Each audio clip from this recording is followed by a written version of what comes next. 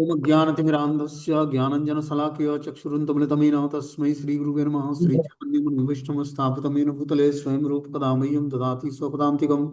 वन्देऽहं श्रीगुरु श्रीयुतपदकमलं श्रीगुरून् वैष्णवाचं श्रीरूपं साग्रजातं सागणा रघुनाथान्वितं तं सजीवं साद्वैतं सावधूतं परिजनसहितं कृष्णचैतन्यदेवं श्रीराधाकृष्णपादान् सावणललिता श्रीविशाखान्विताश्च नारायणं नमस्कृत्यं नरं चैव नरोत्तमं देवीं सरस्वतीं व्यासं ततो जयमुदीरये सुनोतां स्वकथा कृष्ण पुण्यश्रवणकीर्तनं हृदयन्तस्त्वं भद्राणि विधुनोति सुरसतां नष्टप्रायेषु भद्रेषु नित्यं भागवतस्य भगवती उत्तमश्लोके भक्तिर्भवति नैष्टिकी तदा रजस्तमो भावः कामलोभादेश्चेत् चेत एते निरावृत्तिं स्थितिः सत्यप्रसिद्धति एवं प्रसन्नमनसो भगवद्भक्तियोगता भगवद्भक्तविज्ञानमुक्तसङ्गस्य जायते विद्यन्ते हृदयं ग्रन्थि छिद्यन्ते सर्वसंशयं क्षीयन्ते चास्य कर्माणि दृष्ट्वाैवात्मनिसुरे धर्माप्रोजितो कैटप्पो अनत्रो परमो निर्मत्सराणं सतां वेद्यं वास्त्रमतुरसुतं ताप्त्र उन्मूलनं श्रीमद्भागवतं प्रमाण अम्लं प्रेमोपमार्थमान श्री चैतन्य महाप्रभु मतमिदं तत्रातरुणापरा हे कृष्ण करुणा सिंधु दीनबंधु जगत्पते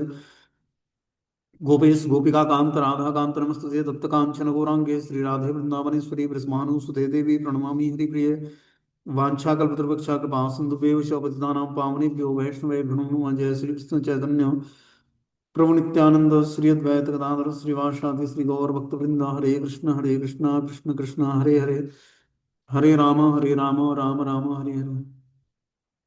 तो इसमें आज हम लोग श्रीमद् भागवतम का स्कंद संख्या 1 अध्याय संख्या 15 और श्लोक संख्या जो है 12 नंबर पढ़ना है। बोलते ये तेज साथ भगवान युद्धि शूलपाणी विस्मार्पितम सगिरिजितो अस्त्र मदा निजम में अन्य अपि चाह मुनेव कले वरेणम प्राप्यो महेंद्र भगवन महदासन अधर्मम। यह उन्हीं का प्रताप है कि मैं एक युद्ध में शिव जी तथा उनकी पत्नी पार्वती पर्वतराज हिमालय की कन्या को आश्चर्यचकित करने में समर्थ हुआ। इस तरह से शिव जी मुझ पर प्रसन्न हुए और उन्होंने मुझे अपना निजी अस्त्र प्रदान किया। अन्य देवताओं ने भी मुझे अपने अपने अस्त्र भेंट किए। इसके अतिरिक्त मैं इसी वर्तमान शरीर से स्वर्ग लोक पहुंच सका, जहां मुझे आधे ऊंचे आसन पर बैठने दिया गया। तो अर्जुन जो है अब युधिष्ठिर महाराज से आज्ञा लेकर द्वारकापुरी जाते हैं भगवान का दर्शन करने के लिए और भगवान की के कार्यकलापों को जानने के लिए, क्योंकि भगवान हस्तिनापुर से द्वारका के लिए प्रस्थान कर चुके हैं। ठीक है ना। और युधिष्ठिर महाराज को अपने राज्य में बहुत सारे अपशगुन दिखते हैं।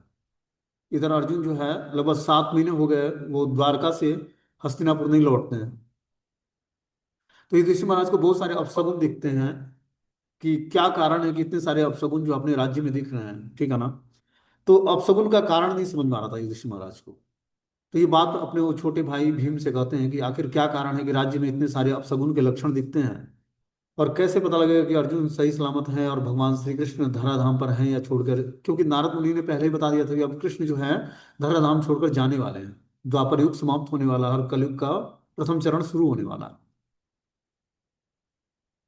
तो ये सारे लक्षण जो थे कलयुग के शुरुआत के लक्षण थे, जो कि सारे अपशगुन लक्षण थे। जैसे हमने कल बताया था कि जो है क्या क्या उसमें लक्षण था कि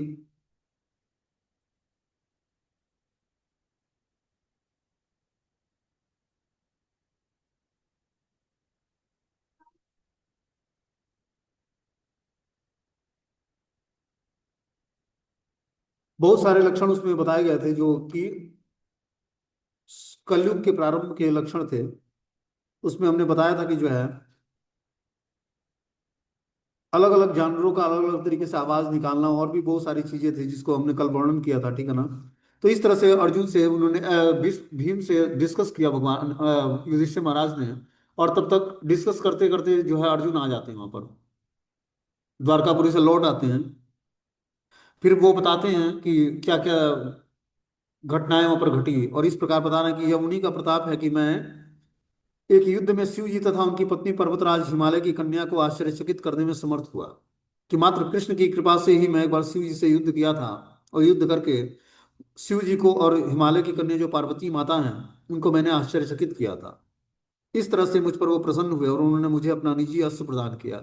भगवान शिव के पास पाशुपत्र अस्त्र था, वो उन्होंने अर्जुन को प्रदान किया क्योंकि अर्जुन ने उनको युद्ध में हरा दिया। तो अर्जुन बताना चाहते हैं कि मात्र कृष्ण की कृपा से ही मैं सारा युद्ध जीत पाया। चाहे कुरुक्षेत्र का युद्ध स्थल हुआ, चाहे भगवान शिव से युद्ध किया हमने, चाहे और भी द्रौपदी को हमने जो है भरे सभा में जो है युद्ध करके जीत कर और अपने हस्तिनापुर में वापस लाया था। ये सारे कार्य भगवान की कृपा से ही हो पाया, नहीं तो मेरा कोई अपना सामर्थ्य नहीं था। और आज अर्जुन की स्थिति यह है कि भगवान के धराधाम छोड़ के जाने के बाद वो जैसे फूल मुरझा जाता है, उसी वो स्थिति उसको प्राप्त हो गई है। इसीलिए युधिष्ठिर महाराज उनसे पूछते हैं कि आखिर क्या कारण है कि तुम जो है बहुत ही उदास दिख रहे हो।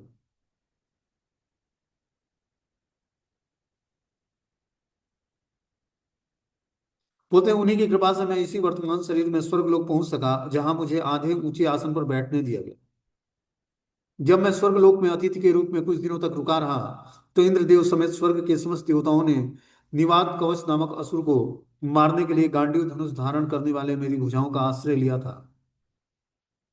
हे आजमीर के वंशज राजा, इस समय मैं पूर्ण पुरुषोत्तम भगवान से विहीन हो गया हूँ, जिसके प्रभाव से मैं इतना शक्तिशाली था। तो बता रहे हैं यहाँ पर कि हे युधिष्ठिर महाराज, मैं बस कृष्ण की कृपा से ही मैं पूर्ण रूपेण शक्तिशाली था, और आज मेरी स्थिति यह है कि मैं शक्तिहीन हो गया हूँ। कौरवों की सैन्य शक्ति उस समुद्र की तरह थी, जिसमें अनेक अजेय प्राणी रहते थे, फलतः वह दुर्लग्न थी। किंतु उनकी मित्रता के कारण मैं रथ पर आरूढ़ होकर उसे पार कर सका, और यह उन्हीं की कृपा है कि मैं गौओं को वापस ला सका हूँ और बलपूर्वक राजाओं के तमाम मुकुट एकत्र कर सका हूँ, जो समस्त तेज के स्रोतों के रत्नों से जड़ित थे। इस तरह से बता रहे हैं कि जो है मात्र कृष्ण की कृपा से मैं कौरवों की सैन्य शक्ति वो समुद्र की तरह थी, जिसमें अनेक अजेय प्राणी थे।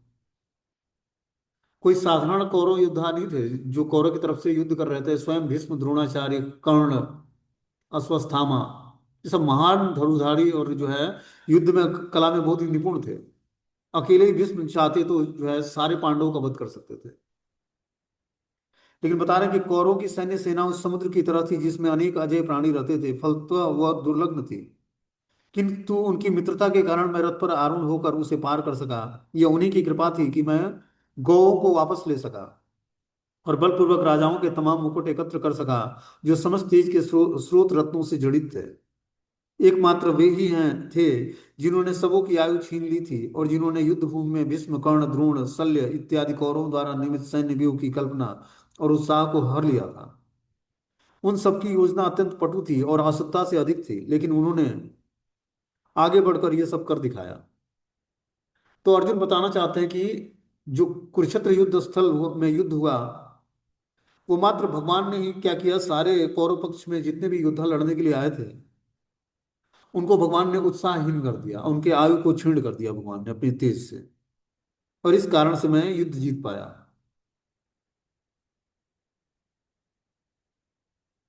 बता रहे हैं भीष्म, द्रोण, कर्ण, भूरिश्रवा, सुशर्मा, शल्य, जयद्रथ, वाहिक जैसे बड़े बड़े सेनापतियों ने अपने अपने अचूक हथियार मुझ पर चलाए, लेकिन उनकी कृपा से सब वे मेरा बाल बाका भी न कर पाए।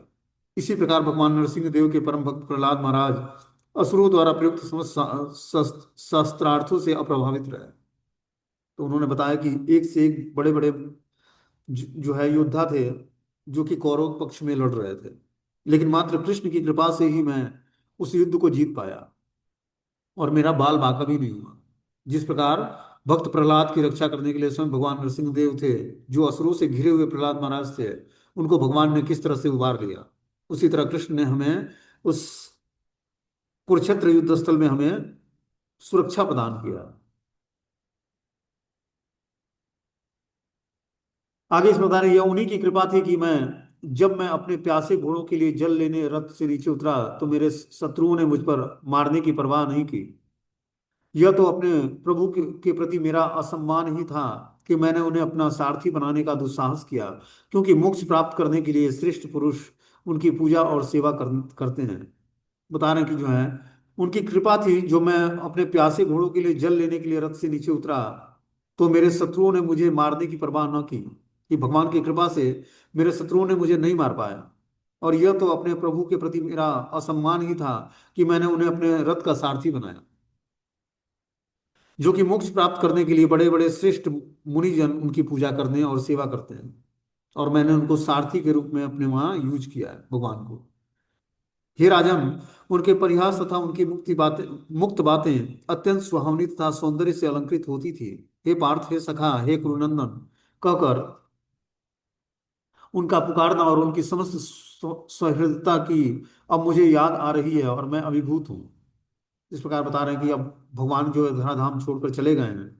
तो अर्जुन बताते हैं कि उनका परिहास, जो मुझसे हास परिहास करते हैं, उनकी मुक्त बातें, उनका सुहावना और सौंदर्य से अलंकृत चेहरा, हे पार्थ, हे सखा, हे कुरुनंदन कहकर मुझे संबोधित करना, मुझे पुकारना, उनकी समस्त सुहृदता की अब मुझे याद आ रही है और मैं अभिभूत हूं उनके कारण। सामान्यतः हम दोनों साथ साथ रहते और सोते, साथ साथ बैठते और घूमने जाते और बहादुरी के कार्यों के लिए आत्म प्रशंसा करते हुए कभी कभी यदि कोई भूल होती तो मैं उन्हें यह कहकर चिढ़ाया करता कि हे मित्र, तुम तो बड़े ही सत्यवादी हो। उस समय भी जब उनका महत्व घटता होता, वे परमात्मा होने के कारण मेरी उटपटांग बातों को सह लेते और मुझे उसी प्रकार क्षमा कर देते जिस प्रकार एक सच्चा मित्र अपने सच्चे मित्र को या पिता अपने पुत्र को क्षमा कर देता है। तो अर्जुन अब सारी बातों को याद कर रहा है जो भगवान के साथ घटित हुई उसके रहने के साथ, क्योंकि भगवान बहुत ही अच्छे मित्र थे अर्जुन। और ये दोनों साथ साथ जो है, बता रहे कि हम दोनों साथ साथ रहते, सोते, खाते, बैठते और घूमते थे। और जब वो बहादुरी का कार्य करते तो मैं उनकी आत्म प्रशंसा किया करता था। कभी कभी मैं उनको चिढ़ाने के लिए, हे मित्र, तुम तो बड़े ही सत्यवादी हो, इस तरह की बातें मैं किया करता। और वे परमात्मा होने के कारण मेरी उटपटांग बातों को सह लेते और मुझे क्षमा कर देते थे। हे राजन युधिष्ठिर, अब मैं अपने मित्र और सर्वाधिक प्रिय शुभचिंतक पूर्ण पुरुषोत्तम भगवान से विलग हो गया हूँ। अतएव मेरा हृदय हर तरह से शून्य सा प्रतीत हो रहा है। उनकी अनुपस्थिति में जब मैं कृष्ण की तमाम पत्नियों की रखवाली कर रहा था तो अनेक अविश्वसनीय ग्वालों ने मुझे हरा दिया। बता रहे हैं कि जब भगवान श्री कृष्ण धराधाम छोड़कर चले गए, तभी भी कुछ भगवान की पत्नियां जो थी, वो भगवान ने अर्जुन के संरक्षण में रखकर भगवान ने यहाँ से धराधाम छोड़ा था। तो बता रहे हैं कि उनकी पत्नियों की मैं जब रखवाली कर रहा था तो अनेक अविश्वसनीय ग्वालों ने मुझे हरा दिया युद्ध में। जो अर्जुन जो है पूरे चराचर जगत पर युद्ध करके और सबको जीत लिया था, भगवान के जाने के बाद शक्ति क्षीण हो गई उसकी। तो इससे लेसन्स क्या मिलता है हमारे जीवन में, भगवान का महत्व क्या है? कि देखो, एक हम लोग का शरीर है, अंश मात्र इसमें आत्मा निवास करती है जो कि भगवान का अंश है। तो इस शरीर पूरा एक्टिव होता है, सब कुछ खाता पीता सुनता सोचता समझता सब कुछ। लेकिन जैसे ही आत्मा भगवान का अंश वो निकलता है शरीर से, वैसे ही शरीर जो है डेड पड़ जाता है। मात्र भी अंश मात्र है। बाल के अग्र भाग के 10,000वें हिस्से के बराबर आत्मा का साइज है, वो भगवान का अंश है। बाल के अग्रभाग के 10,000वें हिस्से के बराबर आत्मा का साइज, जो भगवान का अंश मात्र है, वो इस पूरे शरीर को एक्टिव किए हुए है। और शरीर से आत्मा निकलते ही व्यक्ति का होता है शरीर डेड पड़ गया और वो तुरंत इसको जलाओ, वो डरावना हो जाता है। और जब तक शरीर में आत्मा है तब तक इसको व्यक्ति सजाता है, नहलाता धुलाता, चंदन टीका लगाता है इस। लेकिन शरीर से आत्मा निकलते ही शरीर का कोई महत्व नहीं होता है, पंचभूत जाकर पंच तत्वों में मिल जाते हैं। समझ रहे बात को? तो क्या है कि जब तक भगवान की कृपा है, ठीक है ना, तो भगवान की कृपा को हमें समझ कर और भगवान की भक्ति अगर जो हम नहीं करेंगे तो जीवन हमारा व्यर्थ चला जाएगा। और कृपा है तभी हम सब चीजों को सही अनुभूति कर पा रहे हैं। और जो भगवान की कृपा नहीं होती तो हम वास्तविक चीजों को रियलाइज नहीं कर पाते। जो व्यक्ति भजन नहीं करता उसको भौतिक संसार में कष्टों का अनुभव नहीं होता। समझ रहे बात को? जब व्यक्ति भक्ति करेगा तब उसको लगेगा कि भौतिक संसार कितना कष्टकारी है। अशाश्वतम असुखम लोके, मतलब ये शाश्वत नहीं, परमानेंट नहीं है। और असुखम, यहां पर सुख खोजना रेगिस्तान में जल खोजने के बराबर। हर व्यक्ति किसी न किसी कारण से दुखी है। समझ रहे बात को? तो हमें क्या करना पड़ेगा? अगर जो मात्र हमें सुख प्राप्त करना है तो भगवान श्री कृष्ण की शरण ग्रहण करनी पड़ेगी, क्योंकि वही परमात्मा है, परम आनंद है। परम आनंद के स्रोत ही परमानंद श्री कृष्ण है। तो हमें अन्य किसी दूसरे जगह भटकने से बढ़िया है श्री कृष्ण के नाम रूप गुण लीला धाम का आश्रय लें। धीरे धीरे भक्ति करके भगवान को तत्व से जान जाएंगे, फिर जो है भगवान हमें स्वयं आनंद प्रदान कर देंगे। और हृदय में बैठे परमात्मा ही हमारे वास्तविक गुरु हैं और वास्तविक आनंद प्रदान करने के स्रोत हैं हमारे। समझ रहे बात को? व्यक्ति को आनंद प्राप्त करने के लिए कहीं और दूसरे की आवश्यकता नहीं है। इस भौतिक संसार में व्यक्ति आनंद प्राप्त करने के लिए बहुत सारे उपाय निकालता है। विवाह करता है, ठीक है, और भी संतति पैदा करता है, धन इकट्ठा करता है, घर बनवाता है। ये सब किस लिए? आनंद प्राप्त करने के लिए, सुरक्षा प्रदान प्राप्त करने के लिए। लेकिन क्या होता है, न तो आनंद आता है, न ही सुरक्षित रहता है वो, क्योंकि उसने भगवान की शरण ग्रहण नहीं की है। लेकिन एक भगवान की शरण ग्रहण किया हुआ व्यक्ति जंगल में भी बहुत ही मस्त रहता है, क्योंकि हृदय में बैठे परमात्मा उसको ऐसे आनंददायी वातावरण में रखते हैं अंदर से कि वो पूर्ण रूपेण प्रसन्न होता है। जब व्यक्ति आत्म साक्षात्कार कर लेता है, आत्म साक्षात्कार मतलब ब्रह्मभूत प्रसन्न आत्मा न सोचत न कांचति समा सर्वेषु भूतेषु मद भक्ति लभते पराम।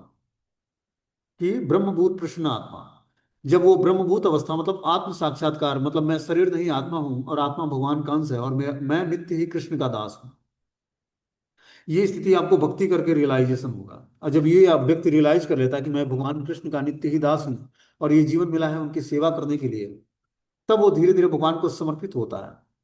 और तब वो प्रसन्न आत्मा बन पाता है, जब वो 100% भगवान की शुद्ध भक्ति को अडॉप्ट करता है।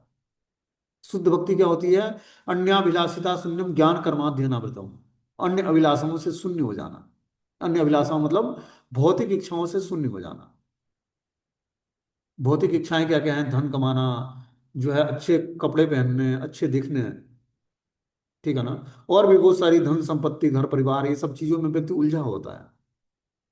तो ऐसा नहीं कि शुद्ध भक्त के पास ये सारी चीजें नहीं, ऐसा नहीं है।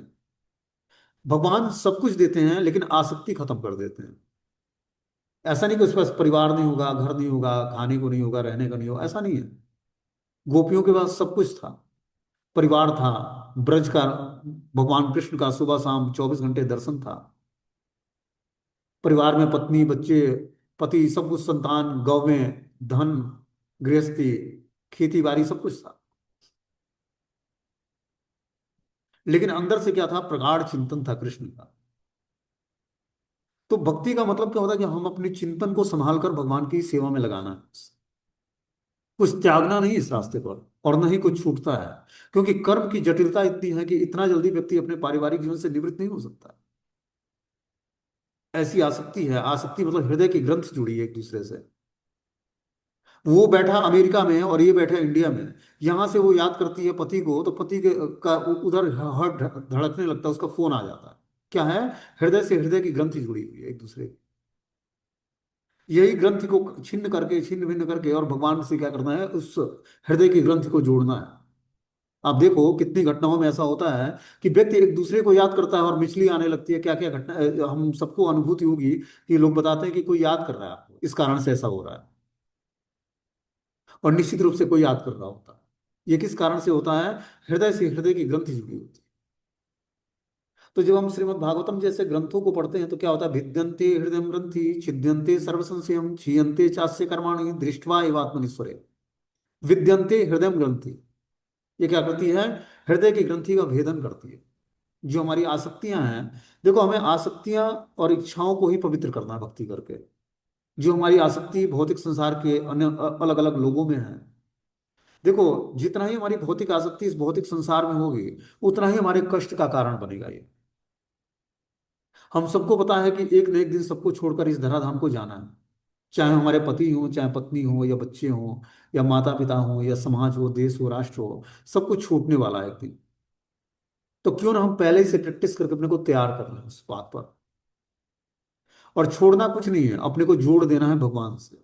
जैसे ही हम भगवान से अपने को जोड़ देंगे, तो छूटने वाली वस्तु सारी छूटने वाली है, आज नहीं तो कल। हम पहले से उसको प्रिपेयर हो जाएंगे तो हमें कष्ट नहीं होगा। और छोड़ने वाली वस्तु छोड़ना नहीं है। जैसे ही आप कृष्ण से जुड़ जाओगे, ऑटोमेटिक आप धीरे धीरे अपने कर्मों से निवृत्त होने लगोगे, और ऑटोमेटिक आपका जो आसक्ति है पारिवारिक जनों के प्रति, या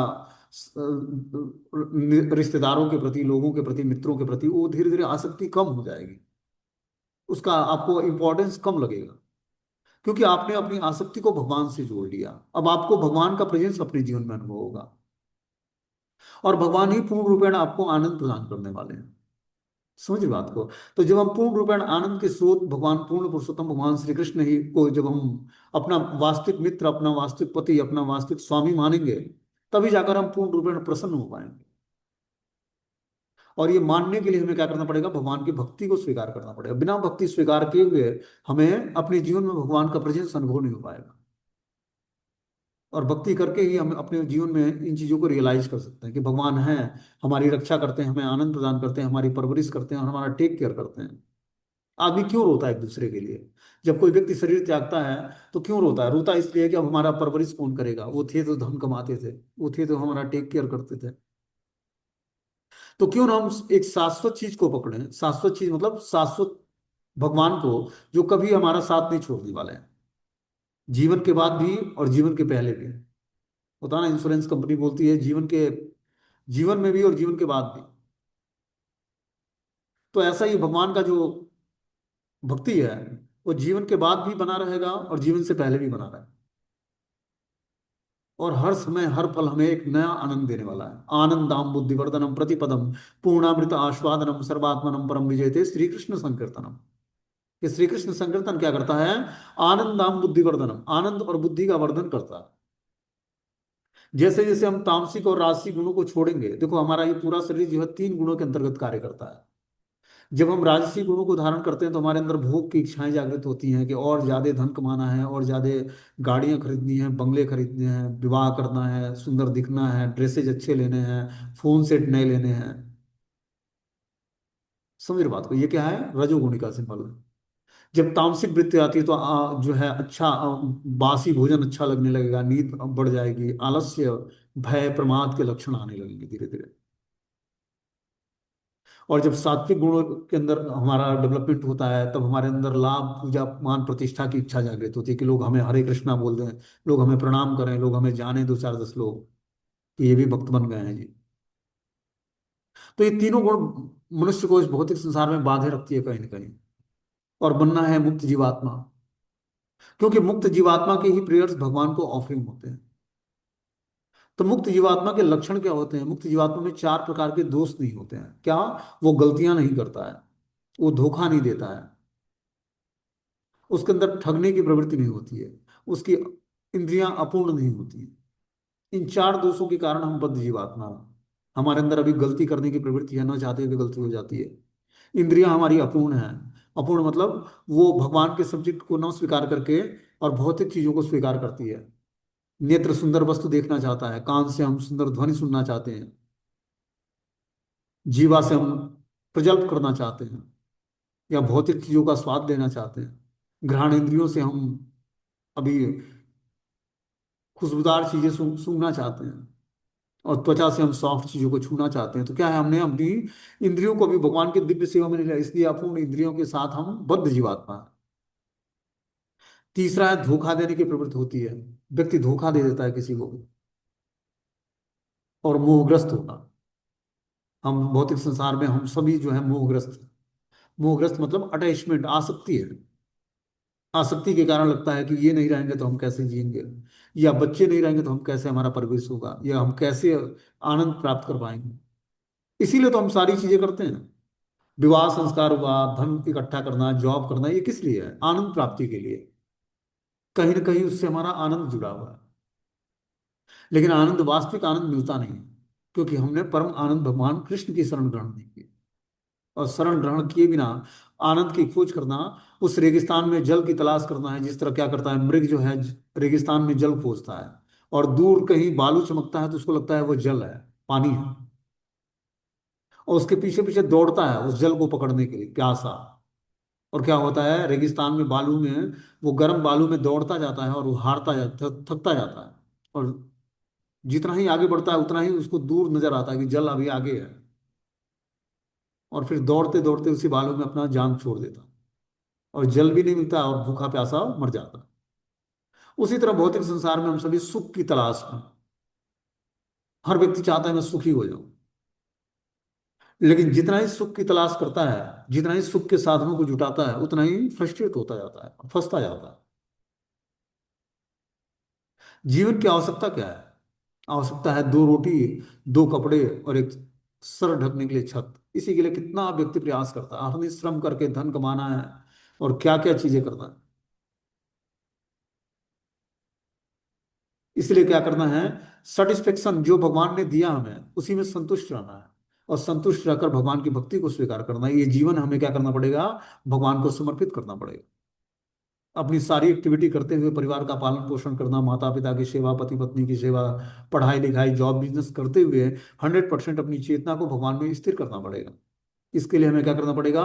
सुबह उठकर मंत्र मेडिटेशन करना पड़ेगा। हरे कृष्ण मंत्र का जितना ही हम ध्यान पूर्वक जप करेंगे, भगवत गीता भागवतम जैसे हम ग्रंथों को पढ़ेंगे और उस हिसाब से जीवन जीने का प्रयास करेंगे, तो धीरे धीरे हमारा जीवन भगवान को समर्पित हो जाएगा और हम पूर्ण रूपेण आत्म साक्षात्कार के पद को प्राप्त करके पूर्ण रूपेण प्रसन्न आत्मा बन पाएंगे और जीवन के अंत में कृष्ण को याद करते हुए शरीर का त्याग कर पाएंगे और भगवान के धाम जाएंगे और भगवान की दिव्य सेवा में अपने को इंगेज कर लेंगे, जो कि मनुष्य जीवन का परम उद्देश्य है। इसी उद्देश्य के लिए मनुष्य जीवन मिला है। आप किसी से भी पूछो कि जीवन का उद्देश्य क्या है, तो नॉर्मली व्यक्ति का जीवन का उद्देश्य क्या होता है? पढ़ाई लिखाई करनी है, विवाह कर लेना है, जॉब कर लेनी है और अपना जीवन इसी तरह गुजार देना। ब्रह्मांड भ्रमिते कौन भाग्यवान जीव, गुरु कृष्ण प्रसादे पाए भक्ति लता बीज। कि ब्रह्मांड में कोई भाग्यवान जीव ही गुरु और कृष्ण की कृपा शरण ग्रहण कर पाता है। बहुनाम जन्म नामंते ज्ञानवान व प्रपद्यते वासुदेव सर्व इति स महात्मा सुदुर्लभ। कि बहुनाम जन्म नामंते, अनेकों जन्म बीत जाने के बाद, बहुनाम जन्म जन्म नामंते ज्ञानवान व प्रपद, कोई ज्ञानवान व्यक्ति ही जान पाता है कि वासुदेव ही समस्त कारणों के कारण, और तब वो कृष्ण की शरण ग्रहण करता है। बताया गया शास्त्र में, करोड़ों वर्ष गंगा नहाकर, दान देकर, अलग अलग तीर्थों का भ्रमण करके, अनेक महापुरुषों का दर्शन करके भी किसी को ये स्वीकृति जागृत नहीं होती कि बेटा अब तू हरि नाम का जप कर ले। कोई मिलेगा ही नहीं इसको बताने वाला।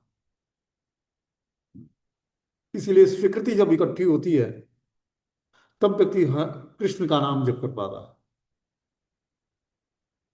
जो कि हम सबको मिला है। तो इस स्वीकृति को बनाए रखने के लिए हमें तपस्या, दान और यज्ञ, तीन चीजें अपने पारिवारिक जीवन में करना पड़ेगा। तपस्या क्या करनी पड़ेगी? तपस्या करनी पड़ेगी, एकादशी व्रतों का दृढ़ता से पालन करना पड़ेगा। जैसे आज एकादशी है, तो एकादशी को दृढ़ता से पालन करना पड़ेगा और चार नियमों का दृढ़ता से पालन करना पड़ेगा। मांसाहार ना करना, जुआ सट्टा लॉटरी ना खेलना, अवैध संबंध ना रखना और किसी प्रकार का नशा नहीं करना। इस चार नियमों का दृढ़ता से पालन ही कलयुग का सबसे बड़ा व्रत है, तपस्या है। और एकादशी व्रतों का, रामनवमी, जन्माष्टमी, राधाष्टमी, बलराम जयंती, गौर पूर्णिमा, इस सब उत्सवों को व्रत रखकर अच्छे तरीके से सेलिब्रेट करना, यह कलयुग की तपस्या है। दान, दान किस तरह का देना चाहिए? दान हमें सात्विक मोड में देना चाहिए।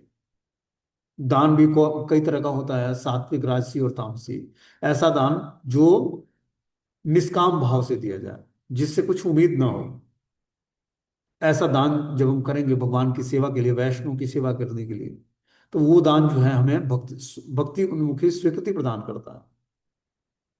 और तपस्या, दान और यज्ञ, यज्ञ में दो प्रकार के यज्ञ होते हैं, एक स्वाध्याय यज्ञ, एक संकीर्तन यज्ञ। तो इस कलयुग में स्वाध्याय मतलब शास्त्रों को पढ़ना, उसको फॉलो करना, और संकीर्तन, संकीर्तन मतलब हरे कृष्ण मंत्र का कीर्तन करना।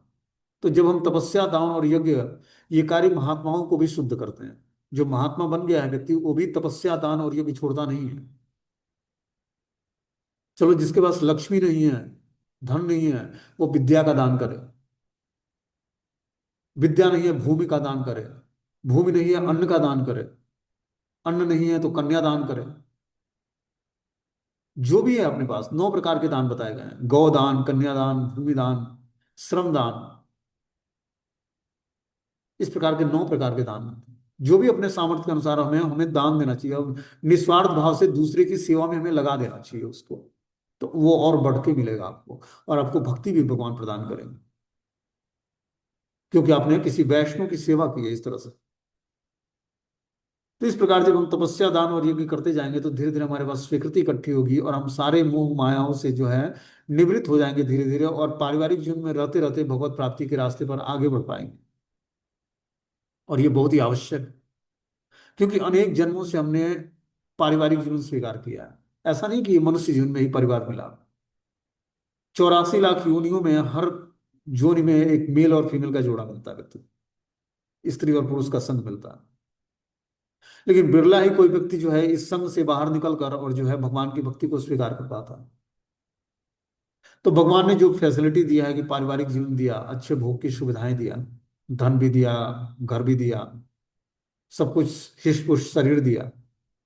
तो इन सब कुछ भगवान को हमें धन्यवाद देना चाहिए इन चीजों के लिए, कि भगवान आपने हमें सब कुछ दिया है, अब आप हमें अपनी अहेतु की अप्रतिहता भक्ति प्रदान करिए, जिसमें मेरा कोई हेतु ना हो, मेरा कोई कारण ना हो, मेरी कोई इच्छा ना हो, मात्र एक ही इच्छा हो, कृष्ण की प्रसन्नता। भक्ति किसके लिए करनी है? भक्ति कृष्ण को प्रसन्न करने के लिए करनी है। अपने प्रसन्नता की भी इच्छा ना हो, वो तो स्वाभाविक रूप से जब कृष्ण प्रसन्न होंगे आपसे, तो स्वाभाविक रूप से आप भी प्रसन्न हो जाओ। तो मात्र भक्ति का उद्देश्य क्या है? कृष्ण को प्रसन्न करना।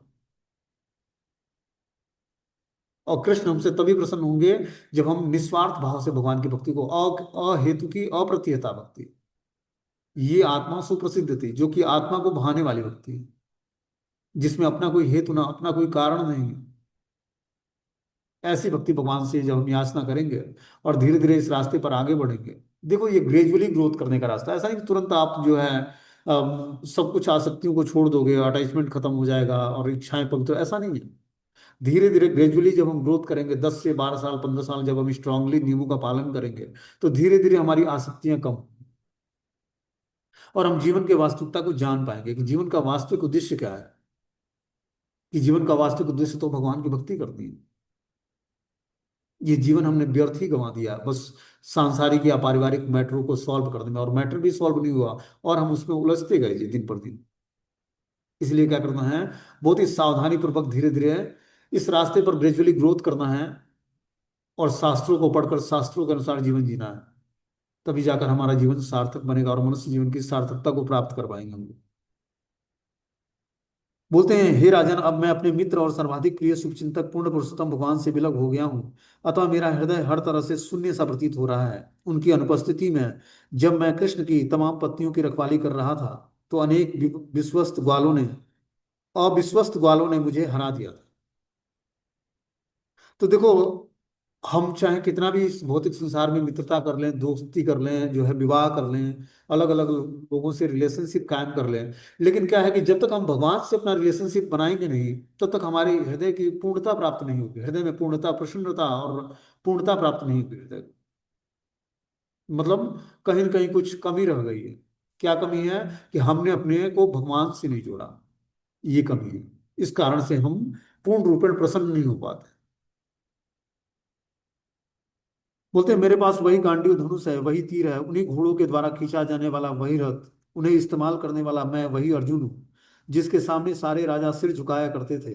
किंतु भगवान कृष्ण की अनुपस्थिति में वे सब एक ही क्षण में शून्य हो गया है। यह वैसे ही है जैसे राख में घी की आहुति डाला डालना, जादू की छड़ी से धन एकत्र करना और बंजर भूमि में बीज बोना। बता रहे हैं कि मैं वही हूँ, वही मेरा गांडीव धनुष, वही तीर, वही घोड़े, वही रथ, और वो इस्तेमाल करने वाला मैं वही खुद अर्जुन।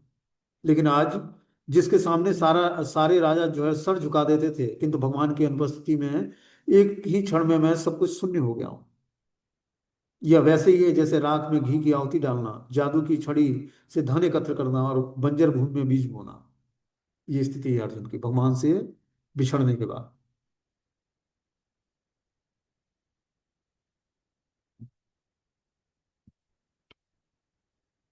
हे राजन, चूंकि आपने द्वारका नगरी में हमारे मित्रों और संबंधियों के विषय में पूछा है, अतः मैं आपको सूचित कर रहा हूँ कि वे सब ब्राह्मणों द्वारा श्रापित होकर सड़े हुए चावलों से बनी शराब पीकर उन्मत्त हो उठे, और एक दूसरे को न पहचानने के कारण लाठियां लेकर परस्पर लड़ने लगे। अब केवल 4-5 को छोड़कर शेष सभी मर चुके हैं। ये स्थिति है। क्या बता रहे हैं कि हे राजन, चूंकि अब आपने द्वारका नगरी के हमारे मित्रों और संबंधियों के विषय में पूछा है, अतः मैं आपको सूचित करता हूँ। ये बात अर्जुन युधिष्ठिर महाराज को बताते हैं कि द्वारका नगरी में हमारे मित्रों और संबंधियों के विषय में जो आप पूछ रहे हैं, अतएव मैं आपको सूचित कर रहा हूँ कि वे सब ब्राह्मणों द्वारा श्रापित होकर और सड़े हुए चावलों से बनी हुई शराब को पीकर उन्मत्त हो गए, और एक दूसरे को न पहचानने के कारण लाठियां लेकर परस्पर लड़ने लगे। तो देखो, भगवान जब धराधाम छोड़कर जाने लगे, तो उन्होंने यदुवंशियों के विनाश कराया। यदुवंशी जो भगवान के जन थे, उनका विनाश भगवान ने जानबूझकर कराया। क्यों कराया? क्योंकि ये यदुवंशी थे, ये भगवान के नित्य सिद्ध पार्षद थे, गोलोक वृंदावन धाम से आए थे।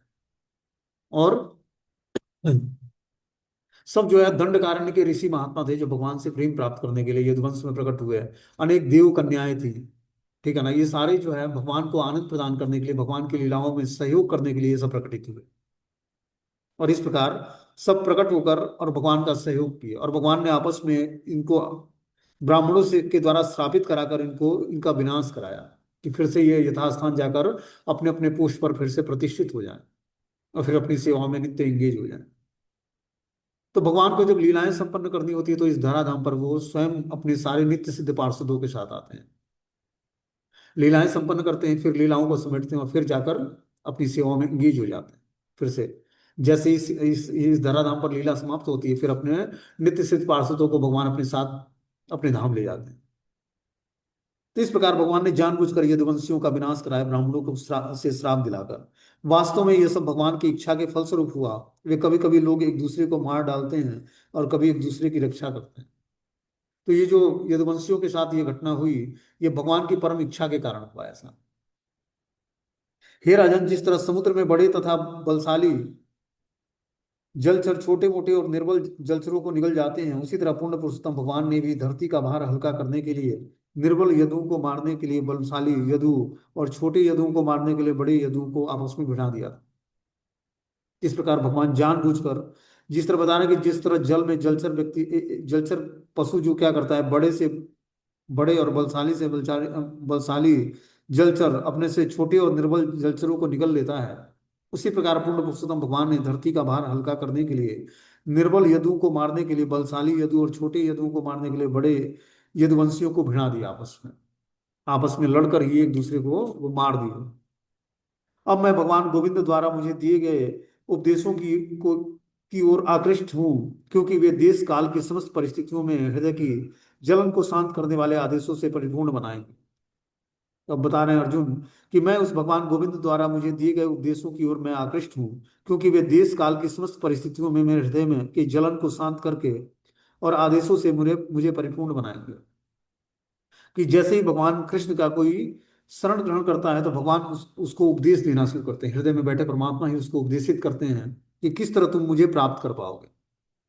तो इस तरह से भगवान ने अर्जुन को उपदेश देना शुरू किया, हृदय में बैठे परमात्मा बता रहे हुए देश काल की समस्त परिस्थितियों में हृदय की जलन को शांत करने वाले और आदेशों से परिपूर्ण बनाने वाले। जब हम भगवान की शरण ग्रहण करते हैं तो हृदय में बैठे परमात्मा ही हमारे वास्तविक गुरु हैं, और वो हमें क्या करते हैं, हमारे हृदय की जलन को शांत करते हैं और हमें निर्देश देते हैं, आदेश देते हैं। जैसे हम दीक्षा गुरु या शिक्षा गुरु को स्वीकार करते हैं तो दीक्षा और शिक्षा गुरु हमारे जीवन में कुछ समय तक रहते हैं, ठीक है ना। तो हमें क्या करना है कि उनके आदेश का पालन करके धीरे धीरे हमें ये जान लेना है कि हमारे जीवन का उद्देश्य क्या है, और आध्यात्मिक चेतना अपनी जागृत कर लेनी है अपने शिक्षा गुरु और दीक्षा गुरु के रहते रहते। जब हम शिक्षा गुरु और दीक्षा गुरु के रहते अपने हृदय में आध्यात्मिक इच्छाओं को जागृत कर लेंगे और आध्यात्मिक चेतना जागृत कर लेंगे, तब हमें अब कुछ दिनों बाद गुरु की आवश्यकता नहीं पड़ेगी। तो परमात्मा ही हमारे हृदय में बैठे गुरु के रूप में कार्य करता है, चैत्य गुरु के रूप में। और वही हमारे भूत भविष्य और वर्तमान को जानते हैं और वो हमें निर्देश देते हैं कि कैसे आप हमें प्राप्त कर पाओगे। और वही भगवत धाम का रास्ता हमें बताएंगे कि कैसे हम इस बाधा भरी जीवन से छूटकर और भगवत रास्ते पर आगे बढ़ पाएंगे और इस तरह भगवत प्राप्ति कर पाएंगे, ठीक है ना। तो वास्तविक गुरु हमारे चैत्य गुरु हृदय में बैठे परमात्मा हैं, जो हमारे भूत भविष्य और वर्तमान को सब कुछ जानने वाले हैं। उन्हीं की शरण हमें ग्रहण करनी है अपने शिक्षा गुरु के माध्यम से और दीक्षा गुरु के माध्यम से। उनकी शरण ग्रहण करके ही हम आध्यात्मिक लोकों को प्राप्त करेंगे और भगवान की दिव्य सेवा में अपने को एंगेज कर पाएंगे। ठीक है, हरे कृष्णा। अभी मीटिंग क्लोज हो जाएगा।